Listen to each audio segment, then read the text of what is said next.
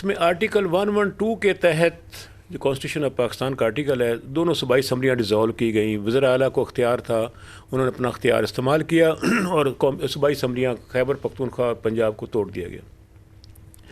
وہیں پہ آئین کا آرٹیکل 224 کہتا ہے کہ اگر اسمبلی اپنی مدت پوری کرے تو 60 دن، اگر توڑ دی جائے بیفور ٹائم، وہ ایک دن بھی بیفور ہو، تو ودن 90 ڈیز 90 دن کے اندر لازم ہے، شیل کا لفظ یوز ہوا ہے کہ پھر انتخابات کروانے لازم ہیں، وہ قومی اسمبلی ہو یا صوبائی ہو.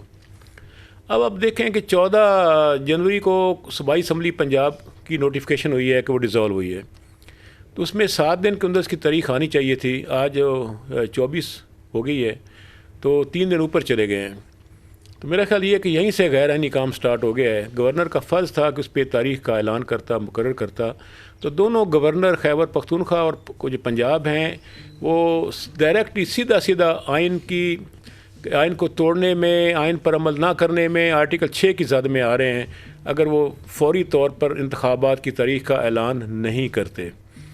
یہیں پہ الیکشن ایکٹ جو 1917 ہے، 2017 کا جو الیکشن ایکٹ ہے، اس کے سیکشن 57 میں کہا گیا ہے، صدر کو اختیار دیا گیا ہے کہ اگر انتخابات میں کوئی ادارہ یا کوئی شخص رکاوٹ بن گیا ہے تو پھر وہ بھی مداخلت کر سکتے ہیں.